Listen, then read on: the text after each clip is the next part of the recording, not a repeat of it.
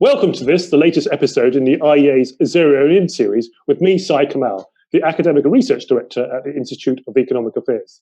Now, in this series, we've been previously joined by academics, business people and economists to discuss the UK's legal commitment to achieving net zero carbon emissions by 2050.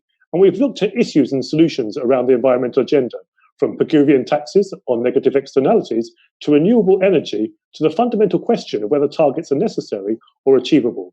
Is net zero carbon achievable by 2050? And is it the best way to clean up our planet? What are the free market or least interventionist solutions? What policy levers should we be looking at?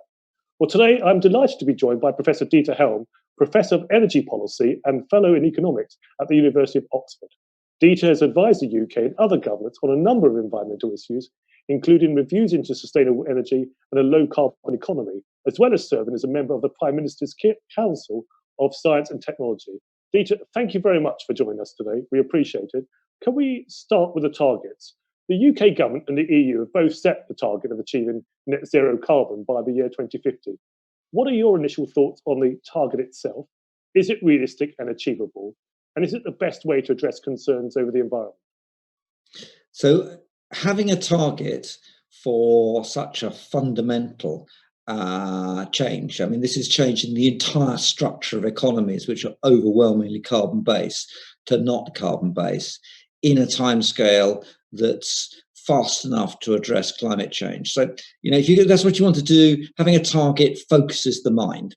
And if you don't have a target, then governments can always find some reason not to do immediately what's required.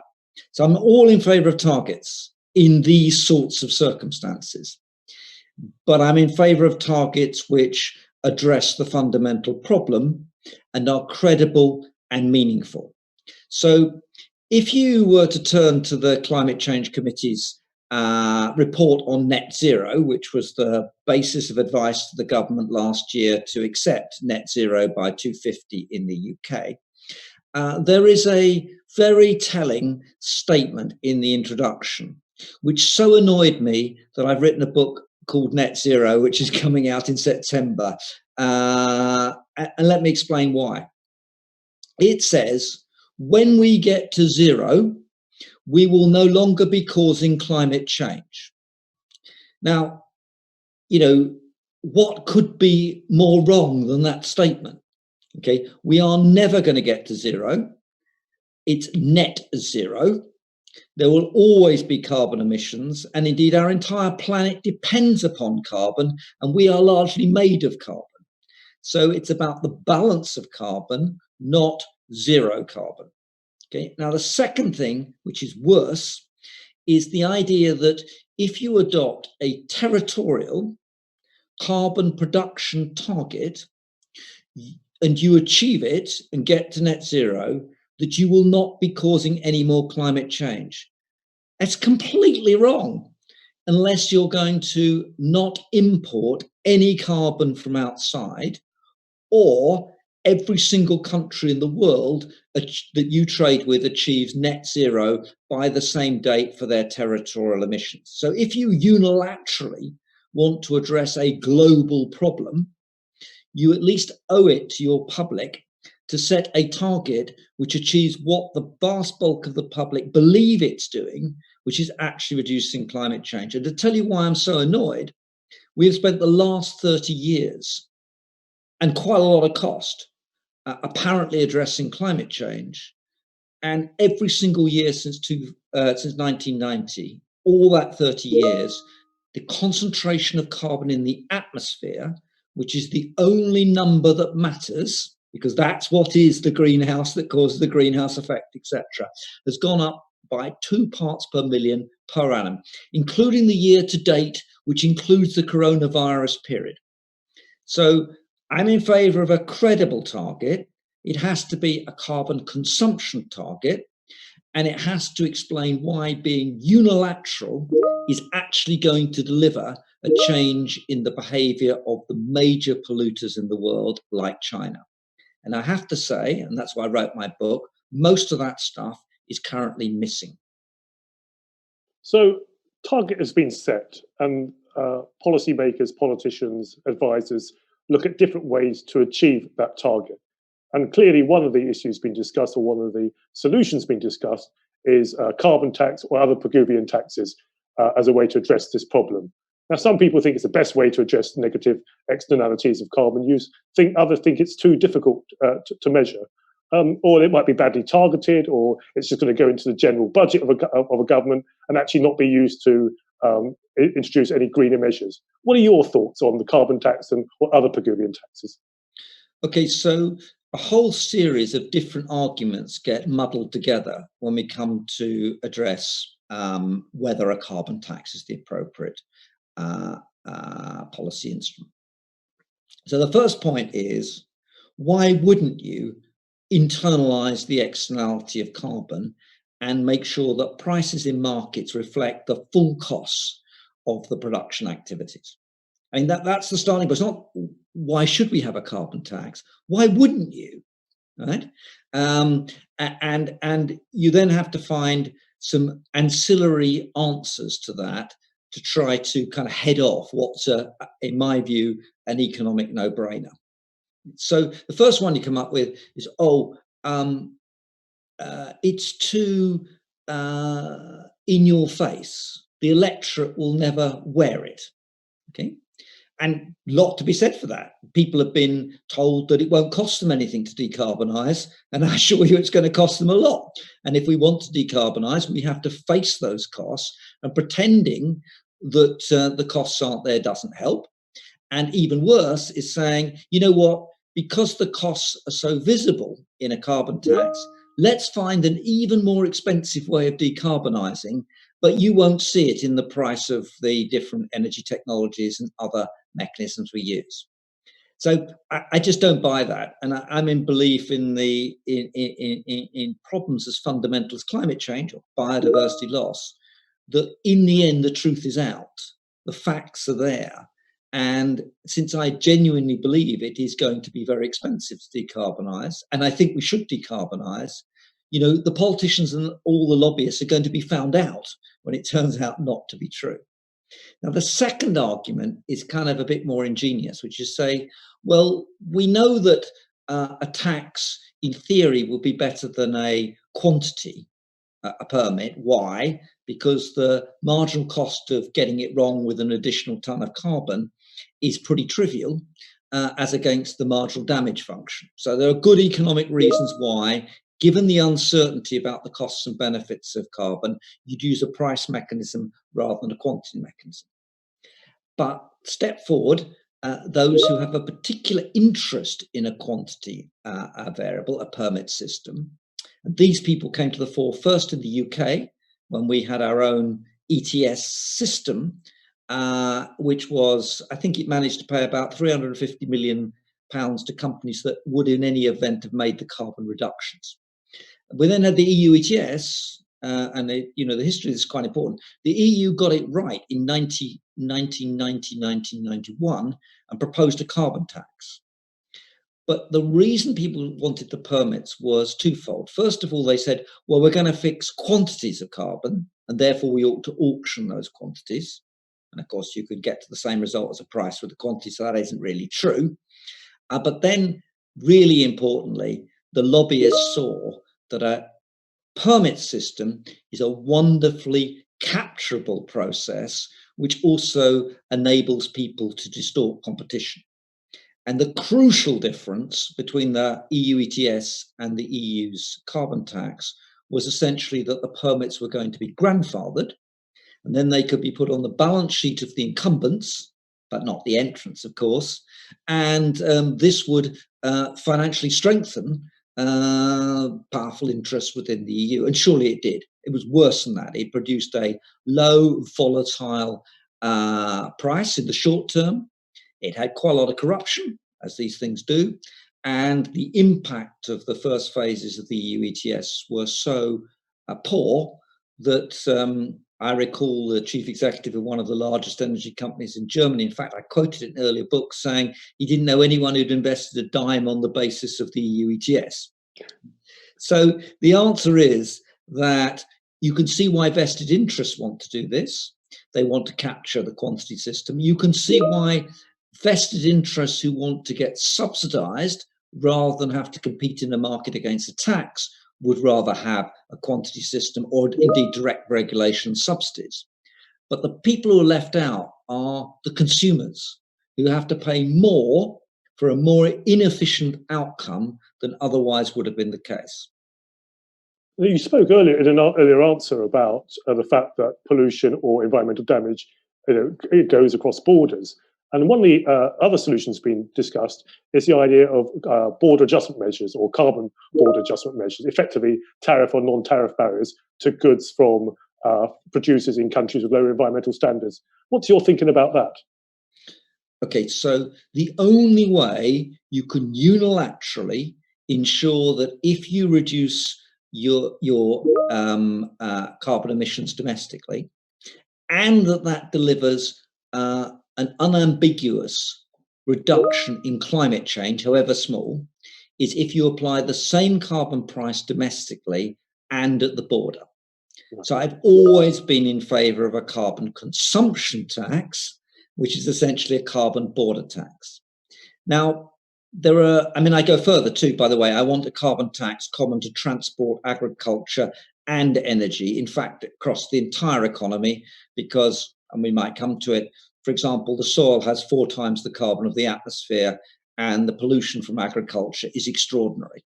So I want a common carbon price. Why wouldn't you? Now, there are a couple of objections and a couple of really great benefits of a carbon border tax beyond the obvious one that it treats imports and domestic stuff on the same basis. A classic objection is to call it a tariff. It isn't a tariff.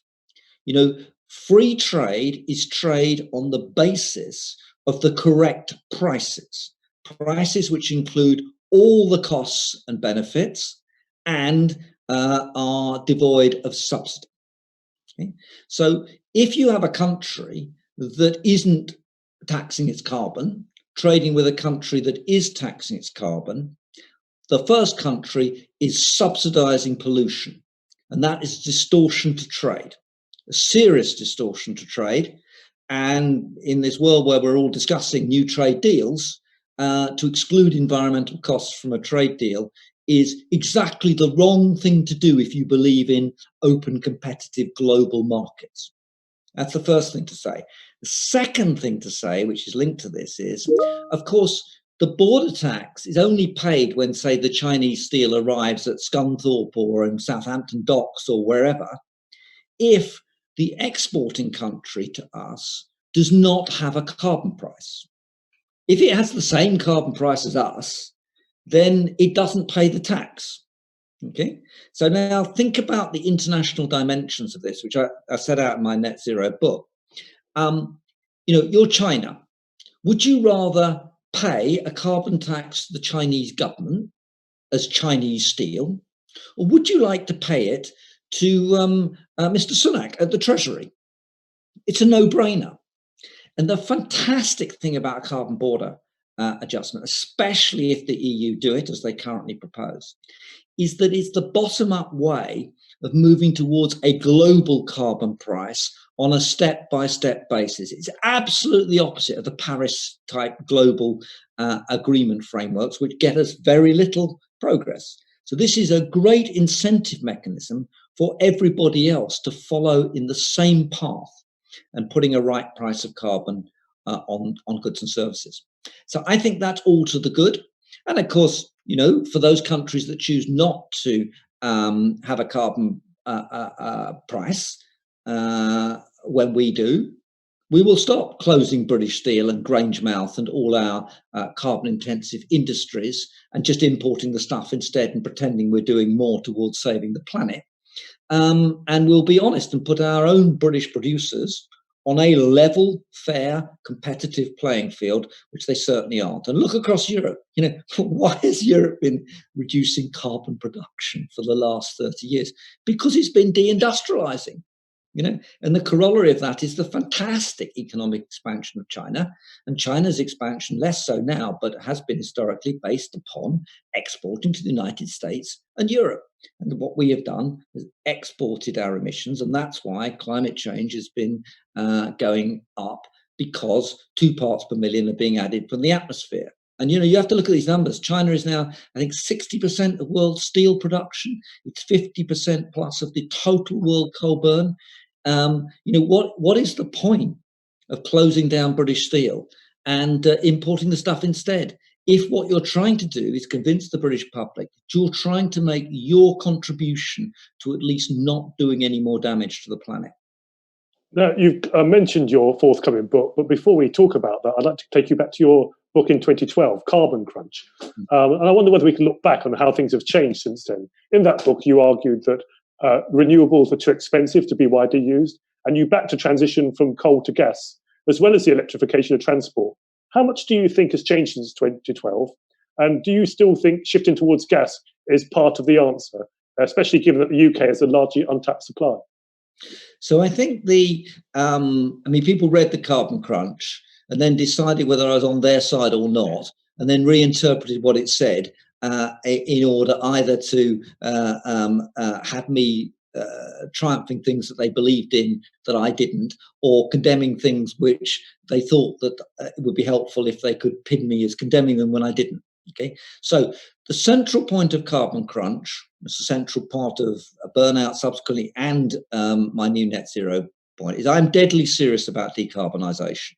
Okay, I don't question whether we should take climate change very seriously, and I don't question at all whether we should allow the risk of emissions globally producing an outcome of above 2 degrees. So I'm green. Okay, what I'm not in favour of, and why Carbon Crunch was successful, although was controversial, although successful in terms of selling and getting influence. I'm not in favour of deluding ourselves about the costs of the transition, and I'm not in favour of doing inefficient things. So if you wind back to 2012, the abiding problem that I was concerned with in climate change was how to get out of coal and get out of coal quickly. Coal is such awful stuff, even before you get to climate change, that weaning the world off coal was the most important single step that we could make.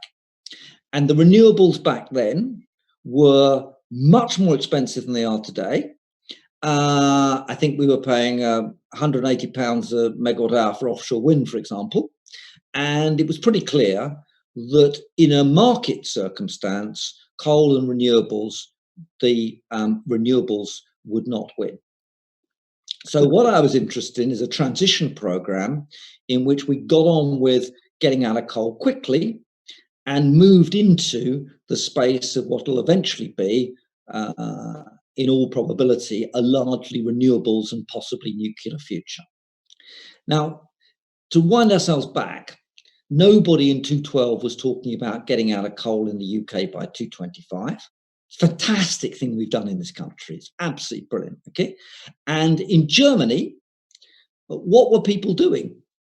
They were getting out of nuclear into coal, and Germany was already well on its path to building 13 gigawatts of new coal on top of the existing stuff and propping up the lignite industries. I mean, Germany at that stage was trumpeting how it was covering the dark skies of Europe with solar panels, creating a massive industrial project which would create new German global renewable champions as an industrial policy. That's what the Energiewende was originally about. And it was supposed to be the great leader of greenery in Europe.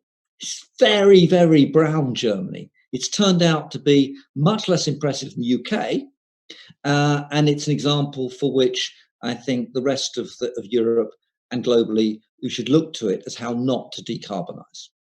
So in that space, in 2012, it was absolutely sensible to think about not ruling out gas in the transition period as a possible fuel, a cheap fuel, which would halve the emissions which would otherwise have come from coal. And one country did this, much maligned by environmentalists, but if you look at the United States has had virtually no federal policy on climate change at all. But if you look at its record, taking account of the fact that it is an energy-intensive economy still, and still has significant industries, which we don't in Europe, what you'll observe is there's been a dramatic switch from coal to gas in the United States at no extra cost to the economy. And the consequence of that has been that once you compare US with European emissions on a carbon consumption basis and adjust for the structure of the United States economy, it's not at all clear that Europe's done better than the United States with no policy. And here, gas has been actually the transition fuel. It has cut out into the coal, and it's true that in a period when demand falls away a great deal, we have a lot of renewable resource, but we can't run our system without gas, and we can't run it without peaking plant. So the truth is that what I said in the book has actually, rather reassuringly, been largely what's happened. And at that stage, there was a ideological battle in which it was said that a fuel was either a renewable or you shouldn't have it at all. And I remind people in the green box, and I'm in the green box, but the people who are critical of carbon crunch, I did point out that 50% of EU renewables were coming from biomass, and we have ended up taking wood in America, turning it into wood pellets using a lot of energy, drying it with a lot of energy, trucking it to the coast with a lot of energy on the Gulf Coast, shipping it across the Atlantic, thank God the Gulf Stream goes in the right way, unloading it on the coast, sticking it in a special train, transporting those pellets to a big holding pen where they are then kept cool. And then, of course, the carbon's put back in the atmosphere again. And that all counts as renewables. Yes. And you've got to be really serious here. If you really want to decarbonize, you can't play games with the politics of the definitions that Europe uses for renewables. So would it be better to burn gas or the wood pellets in drags? I think that's an open question, right? But however you put it, gas is part of the transition. We would not have got out of coal so fast in the United States and parts of Europe without gas. And gas is essential also for helping our transition out of transport, because if you electrify transport, of course, in the long run, you want that energy to come from low carbon sources. But it's better that you produce electricity with gas to drive transport from electric cars and vehicles than it is to keep buying the SUVs. So gas has got to go and go in due course. But I think I'm on the right piece of territory that the period from 2012 through to 2025, 2030, gas is a transition fuel, whether you like it or not. Well, that's looking back at your 2012 book. We started off by talking about what prompted you to write your latest book, NetZero, How We Stop Causing Climate Change. Obviously, without giving away the whole thesis and making sure people do still want to buy your book, what can you tell us about the issues that you focus in on the book? How do you see that? How can people limit their carbon emissions, mostly on an individual basis, but also collectively? So I started off with no intention to write another book about climate change. I've been working on biodiversity, natural capital, and that's been a primary interest of mine. But I read that Climate Change Committee report in 2019, and I read the delusion that was being given to us, the public, that, if we got to zero, we wouldn't be causing climate change. And I thought that was nonsense. And that made me angry. I thought it was very important to remind people just how badly it's all going. We are not doing anything about climate change of substance yet. The emissions keep going up. It's 417 parts per million now. It was below 400 when I was writing The Carbon Crunch. So anger, fury, annoyance, and a belief that people are being misled. So I asked myself the question which I always ask, which is, so if you really want to do something about climate change, and we're really going to save the planet, because I do believe that runaway climate change could be almost existential, then what are we going to do? Now, I always think that it comes down to consumption. I always think that we, the human actors, are ultimately the people responsible for the pollution on our planet. It's not some ghastly oil company or coal company. It's us that buys the stuff made from these things. It's us that buys the cheap food made from intensive agriculture with fertilizers without any charge for the pollution. So when I believe in the polluter pays, I think there's in any economy, any society, any entity, in the end, it all comes down to us as individuals. So I have a little scheme in the book, amongst many other parts of the argument, which is designed to show what we'd have to do if we really wanted to do something about climate change, and I do. And I ask people to, sit down and write their carbon diary. And the idea is pretty simple. It is, when you get up in the morning, start writing down what you do and have a hunch at what carbon consumption is embedded in what you do. So you get out of bed and you go to the loo, and the loo paper's made almost entirely of carbon-based product. You flush the loo, there's energy involved in it. You get to the breakfast table and you have palm oil that's in that, which is probably produced by felling tropical rainforests and all the emissions that go with that. And then you've got the intensive agriculture that lies before, and this is before you get in your car and drive to work. And, God forbid you go on a plane journey, because one flight to America and back swamps anything else you might want to do in terms of reducing your carbon emissions. And the idea of this is not to make people into kind of virtuous, carbon-free vegans or whatever they want to be. Good luck to them if they do. It's rather to try to get people to focus on what really matters. Where are the big emissions? And how are they embedded in what you do? Most people think that emissions come from power stations and oil companies and cars, right? But virtually every product you buy is carbon intensive. The clothes, the shoes, the breakfast cereal, the packaging that all these, deliveries now come in, the petrochemicals. And once you open it up that way, you get to see that it's a carbon-soaked economy. And the transition is not about whether you can just produce some electricity with some wind farms and some solar panels, important though that is. It's about decarbonizing agriculture, transport, production, travel, clothing industries, all the waste products. And that's what I try and get over. And then I say, okay, so what are we going to do to deal with this? And, I'm sure you won't be surprised from my earlier answers. I think we start by making us, the polluters, pay. And that's where a carbon tax will come reflected in that loo paper, in that breakfast cereal, because of all the embedded carbon energy that goes into those products. And I don't think a carbon tax and a border tax are sufficient, but I certainly think they're necessary. And I cannot envisage a world of decarbonisation without addressing the price issue. The political problem's clear. We're living beyond our environmental means. We're not paying the environmental costs of what we do. And if you're a politician and you spout about how you want to address climate change, tell people the truth. Their standard of living is going to go down. So it should. And there's nothing that says that the climate is only to be addressed provided it increases people's standard of living. That's a complete illusion. So effectively, you're asking people to pause and think about their own carbon use, as it were.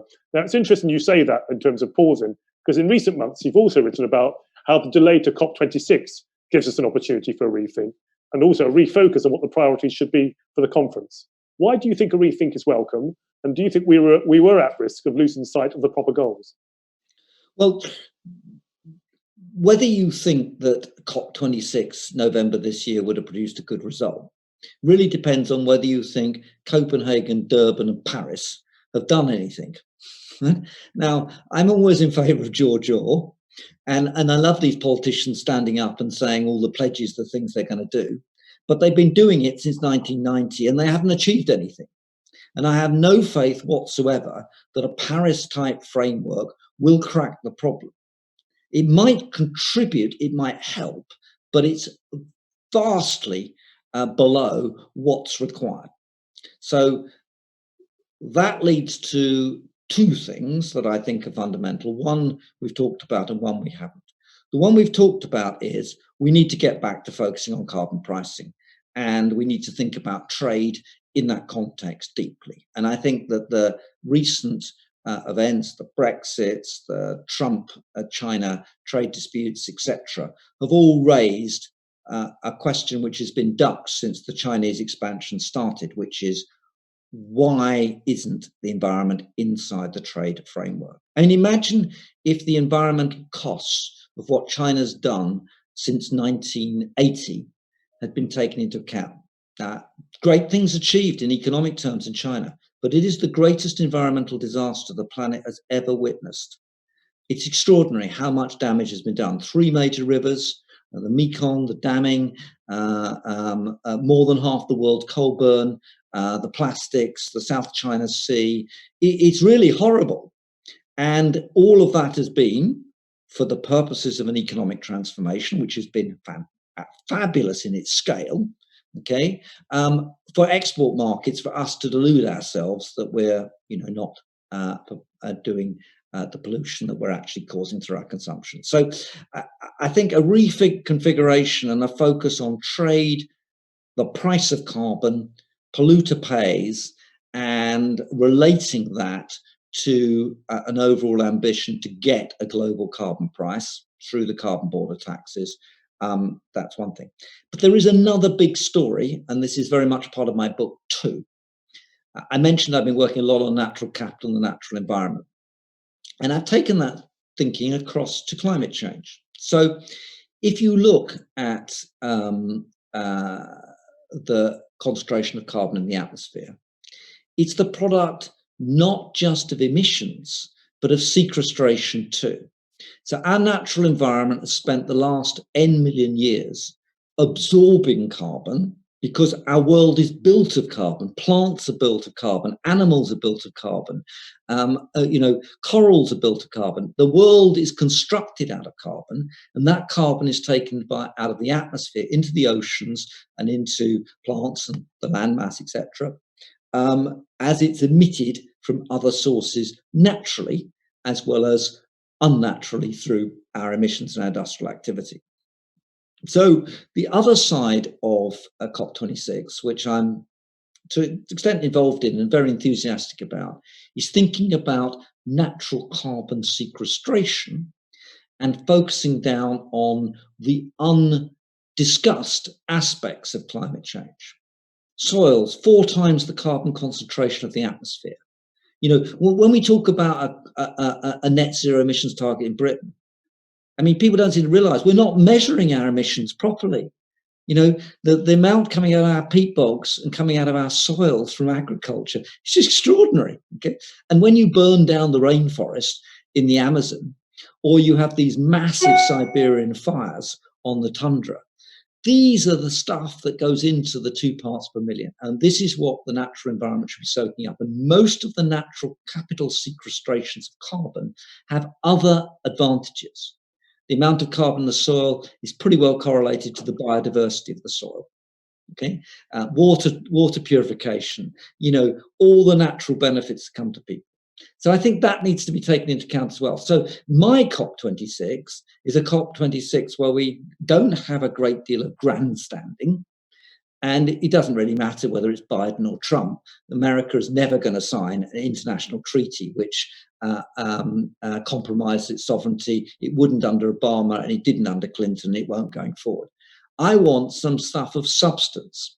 And the 2 things that would come out of COP26 that I would think would mark it down as a great success is, first of all, a great emphasis on carbon in trade, carbon border adjustments, and carbon pricing, and agreements about how to take that forward, and a huge focus on the natural environment and the sequestration of carbon. And I deal with both of those in my book, because one of the advantages of, there's a silver line to some things of the great lockdowns and the virus has been that the book was supposed to come out in May. It's coming out in September, and I've had a chance to really refocus part of it in the interim on that delay in COP, which hopefully will give longer time for debate and discussion, hopefully including some of the ideas that I put together. Well, just to wrap up, we talk about the lockdown. I'm speaking to you during lockdown, and you talk about the silver lining. Some environmentalists have claimed that there's a silver lining to lockdown, and they claim it shows us a way forward in the fight to bring down carbon emissions. Do you think that's true for a start? Or what lessons do you think we can take from the current lockdown to look at the challenges for climate change? Well, I've written extensively academically on this subject, and for a good reason. In addition to it being the greatest economic experiment in a short term that I think there's ever been. I mean, stopping the world's major economies dead, pretty close together, simultaneously, is a phenomenal economic experiment, which economic research will look into for a long time ahead. And it's an environmental experiment too. So here we are in the kind of exit from the lockdowns. So environment say it's fantastic. Emissions have fallen, transport emissions, aviation have fallen very sharply, air quality's gone up. They don't mention the poaching, the shooting of the game birds, the disasters in the game parks in Africa, etc., and a lot of environmental crime which is going on undetected. But that's an aside. These big ticket items, okay? So here we are. By the end of May 2020, China's emissions were higher than the previous month, the same month in the previous year already.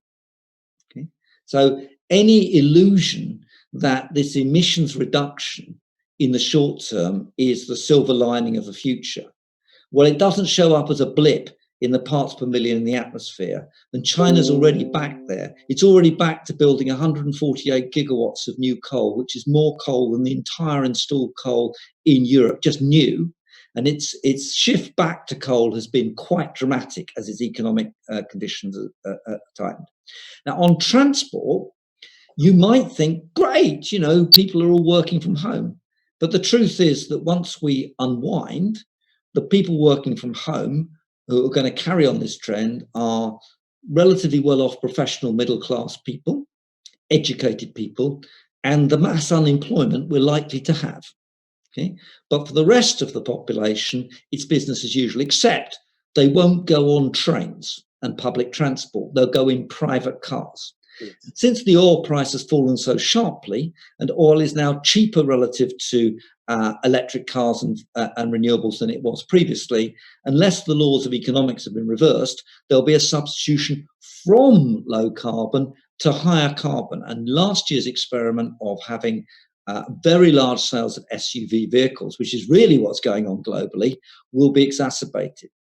And then the final thing to say is that if you really want to achieve net zero in the UK on the UK target, you need the lockdown every single year from now to 2050, if that's the route you want to go down. So my guess is people are going to be a lot poorer. People are going to be even less willing to spend on the environment than they currently are. And that we will reap the consequence of telling people that it's all going to be cheap. It's going to be a tough ask, but my take from that is, therefore, we should double down and try even harder. Well, Professor Dieter Helm, thank you very much for joining us today. Really appreciate you sharing your thoughts. I do hope that after lockdown, you'll be able to join us in person at the IA to come and speak to our members and our guests. But thank you very much for joining us. Well, thank you very much for having me. Much appreciated. Thank you. Good luck with your new book. Thank you. Well, thank you for watching or listening today. Don't forget to check out all the previous episodes in the series on our YouTube channel, IA London. And also, you can find all our online content at our YouTube channel, but you can also listen to our podcasts on Podbean. For more details of all our online activity, please visit our website, ia.org.uk. And to help us keep providing free content during these tough times, please do consider making a contribution, no matter how modest, by donating online at ia.org.uk. Thank you for watching or listening today. We hope that you'll join us again soon. Thank you.